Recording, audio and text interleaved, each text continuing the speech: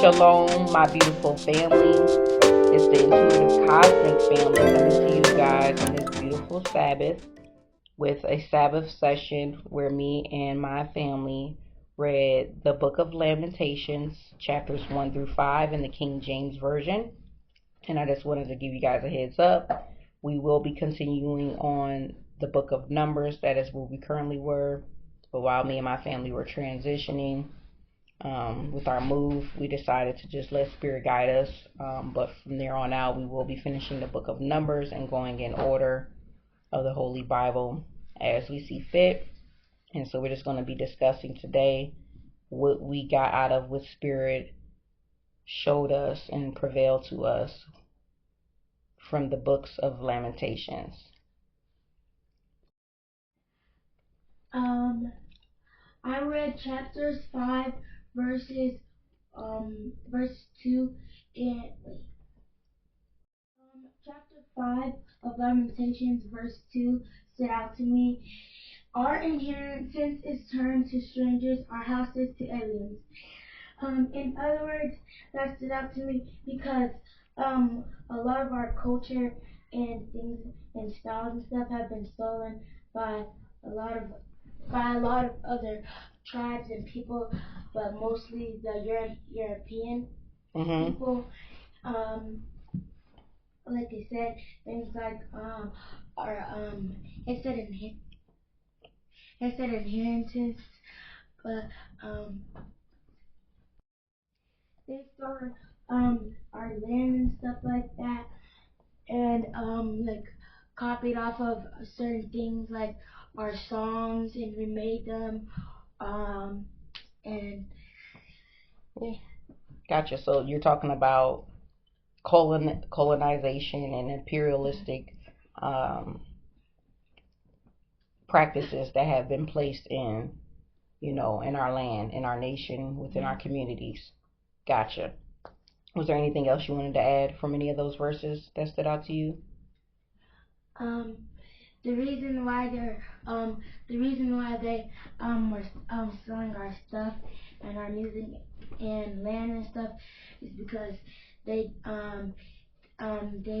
didn't have like their own mindset to make their own, so they don't want to admit it, but they know that our music and our culture and our land and stuff is good, but instead of doing their own stuff, they want to steal from ours and like basically rebuild it as their own, but it's really stolen. Okay. What spoke to me was Lamentations chapter 2 verse 9. Her gates are sunk into the ground. He hath destroyed and broken her bars. Her king and her princes are among the Gentiles. The law is no more. The prophets also find no vision from the Lord. The reason why this spoke to me was because it explains like the state of the land and how it's turned out, and it's talking about the consequences of God's wrath and stuff. God's wrath because of what? Because they were sinning a lot. Okay. So yeah. How do you think they were sinning, Pops? They were sinning because like what stood out to me was Lamentations chapter 4 verse 14. They have wandered as blind men in the streets. They have polluted themselves with blood so that men could not touch their garments. I thought this was interesting because maybe it's their way of saying that they have basically because maybe there was people coming around trying to like steal their stuff, and so they had to put their own spin and their own mark on it. So maybe it's not literally they put blood on what they have, but more so they had to put certain things on or put certain things in works to keep people from stealing their things or from trying to take their identity. Let me rephrase that for you. So for verse 14, they have wandered as blind men in the streets. Remember, they're talking about the sins of the prophets and the priests, because that's the senses before. So it's saying they have shed the blood of the just in the midst of her. It says they have polluted themselves with blood so that men could not touch their garments. So that last sentence, so that men could not touch their garments, that basically means that they have brought reproach on them. So maybe at one point, kind of like the story with Yahweh, where he's walking with the other prophets and the woman comes out and she reaches to touch his garment and she's saying that it's making her whole again. So now you have that energy, that presence there when you think of like a prophet or a priest, and now that's gone. Why? Because now you can't even trust your prophet and your priest, because why? They are filled with inequity. They are become sinners. And they are chasing after the meat, right? The worldliness and stuff like that. So now it's an approach, and I do believe it could be a parable as well, where I do believe there is a double sword there, or should I say a parable, where it may be about keeping certain people out, but then it's also the fact that it's the stating of some of these priests or prophets have brought on a sense of reproach amongst their people in the community, to where they no longer are. Because remember that a Levite or your preacher or your priest and your prophets, they were people they would say, right, when you needed healing, they would say, let me lay my hands on you. That's not said a lot often now, but that's what it is, right? Even in sometimes now, they'll have pastors or something, and they do things like that, like let the pastor lay their hands on you, or someone who's a healer, right? They'll say, let me lay my hands on you. Think about it, massage, anything along, healing, a lot of healing and body work, even like a chiropractor now, or a physical therapist or something along those lines. What I do, skincare, anything like that, where there's considered some type of rejuvenation or holistic health. You're laying your hands on someone, right? To do what? To give them healing, to offer some type of rehabilitation. And so they're saying you can't even do that now, because they have brought this reproach on themselves, or the community has brought reproach on themselves, and they don't want you to touch them, right? They're trying to flee. So I do believe that's very well a parable. I do agree with your statement in the sense of that you have some of these prophets who were trying to stick to their holy ground, and they didn't want the reproach of the people in the community around them. But then you also have speaking about the sins of the prophets, that you shouldn't be wanting to touch these people or having them lay hands on you, because they have brought great sin, right? Because they're supposed to be the ones who know better. Now, these everyday people in the community, they might start sinning. But if you're a prophet, you're supposed to be held at high regard. This is why they say you shouldn't even be labeling people prophets, preachers, priests, or priestess, or however you want to go it, because if they haven't been ordained. Because a lot of people are trying to call themselves a preacher or a prophet, and they have not been ordained by God. They're just doing something because it brings them something, and probably monies or some type of stature or power, but they have not been called by God. Right? Many are called, few are chosen. Not everyone that has a church or offers healing under any realm is truly ordained by the Most High. So you have to be careful too when you reaching to touch that robe, or that robe is coming to lay hands on you. Yeah. Anything else anybody wants to add? All right. So for me, what stood out was, I liked a lot about what Alicia had said, but what stood out for me was Lamentations chapter 2 verse 17. Lamentations chapter 2 verse 17. The Lord hath done that which he had devised. He hath fulfilled his word that he had commanded in the days of old. He hath thrown down and have not pitied, and he hath caused thine enemy to rejoice over thee. He hath set up the horn of thine adversaries. And so that sung out to me Genesis, Jacob's curse, which is in Genesis chapter 27, verse 12. My father peradventure will fill me, and I shall seem to him as a deceiver, and I shall bring a curse upon me, and not a blessing. And his mother said unto him, upon me be thy curse, my son. Only obey my voice and go fetch me for them. Remember, so this is speaking about when Rebekah is favoring Jacob over Esau, and she asks him to deceive her husband, his father, so that he can receive favor over Esau. And so remember, a punishment is, is a part of this, right? Because he was deceiving his father, and then as a result, he was deceiving the Most High God. And so Lamentations is basically telling you this is stemming from that, correct? Because there has been a lot of deceiving, and there has been, pain and sin from our forefathers with their,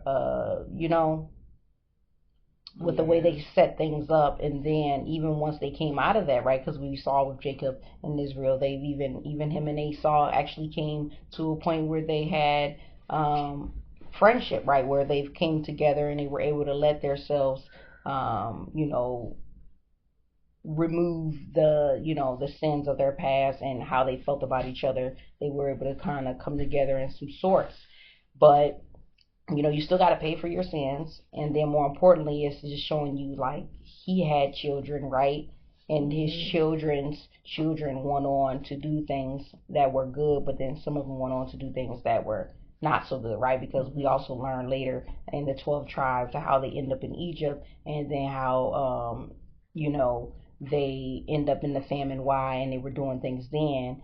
And they did what? They sold out Joseph, right? Remember, they threw out Joseph into the pit. Joseph ends up as a prisoner in Egypt, but because he is so favored, and in general, his favoredness shines its way through while he's in the land of Egypt, which keeps him from being, in someone who's enslaved, and he ends up being like basically the right hand man to the Pharaoh, right? And so he's allowed a better life and way of living, and he actually even has a sense of a voice and authority there. And then because of this, he actually ends up becoming a savior to his brothers, right? To the other tribes, because of his ability to have favor. See how other people's favor can become, a blessing in other people's life? But that's, once again, that's the difference why I speak about there are people who can be blessed and have blessings, and then there's people who have favor, which would encompass the both. You know what I'm saying? And people may envy you because of your favor. And within our 12 tribes, and within these tribes, there has been a sense of envy based on favor, right? Because remember, originally Esau was gifted favor initially, and he sold his birthrights over to Jacob, right, Israel.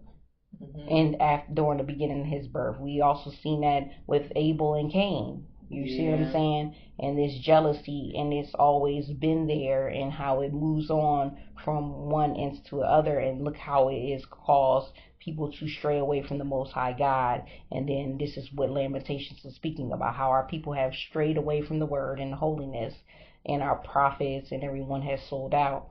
But I don't want to keep going in on that one. To me, the other major thing that has stood out was in Lamentations.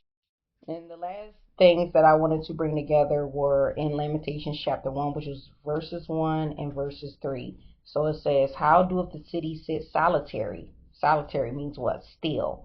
That was full of people. And solitary also could mean empty. So still and empty. So in this case, they're talking about empty. How has she become as a widow? She was great among the nations and a princess among the provinces. How has she become tributary?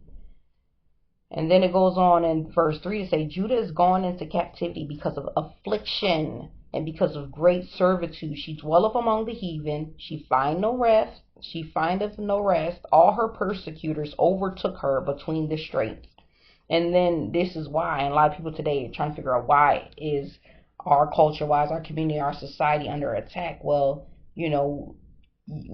this was brought in. It wasn't like, it was just we did nothing wrong and nothing. But the thing is because our people fell away. We fell in love with, you see it with King Solomon, right? He was taking women that weren't in his culture, and these women were serving 7-head gods, right? They were serving statues and deities. They had different things that they were focusing on. Their Sabbaths were different. They had pagan holidays and ideologies. And this is what happens, right? And this is the falling, and he wasn't the only one, but he was the one of prominence, so you hear about it in the Bible. But it also speaks about the others who do it too. So you have other people who were like, I don't have to do this, I don't have to have Sabbath on Saturday, I don't want to have to take, this person as my wife or husband, I don't want to be clean, I don't want to pray, I don't want to do these practices that were given to me for a reason, to keep me, safe, to keep me clean, to keep me holy, to keep me in favor and blessings. And then all of that junk and all of this living in the flesh and living with a material mindset, worldly mindset. And look at us, look at the community now, still doing some of these things, because being lustful, being worldly, being materialistic, being filled with vanity has always overtook our princes, our kings, right? Have overtook the women as well, and you find them in this place. It says, verse 6, all from the daughter of Zion, all her beauty is departed. Her princes have become like harts that find no pasture. Yep. And they are gone without strength before the pursuer. So strength is opposite to what? In order to have strength, you have to have what? What's that word, guys? We talk about it a lot. It starts with a P.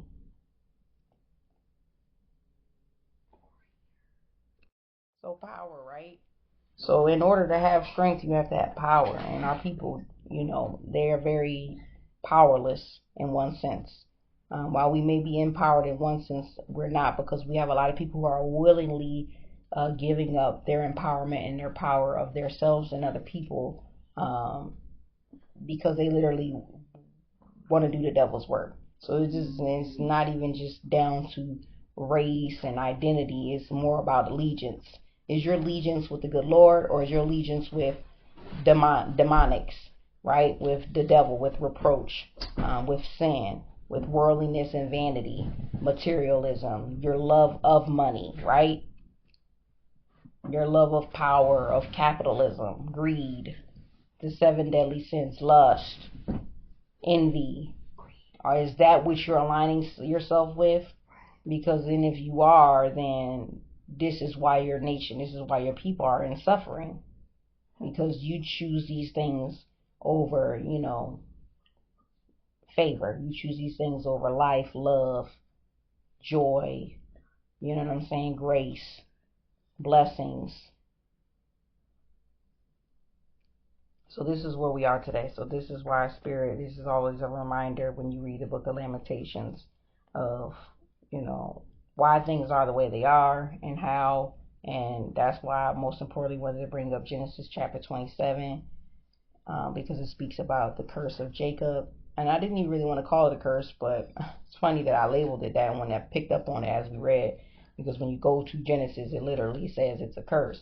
And I think people take the word curse overly as if it can't be undone. I mean, Lamentations speaks about it coming undone. It tells us that God is going to relieve us, but a lot of that has to be within ourselves too, because see, you ask God to give you freedom and he will grant it, but it's up to you to take that freedom, which is a sense of freedom, which is the knowledge of freedom, which is the knowledge of self and identity and of where your inheritance comes from and who you are as a person and your lineage, your culture, your faith, and your practices, and continuing to practice them and bestow upon them in your community so that you can thrive and that you can come up out of that estrangement, come up out of and under feeling powerless and not having strength, and being able to, continue on to do the things that you were able to do prior to this. But when you don't have any kind of law, when you don't have any kind of rule or knowledge or wisdom of yourself, then that lessens your chances of having power, which ultimately means you don't have any strength to carry out strategic alliance within your own community or even with others, so that you don't have famine, so that your women aren't being ravished and raped, and your sons aren't being fallen and being sold to their own wood.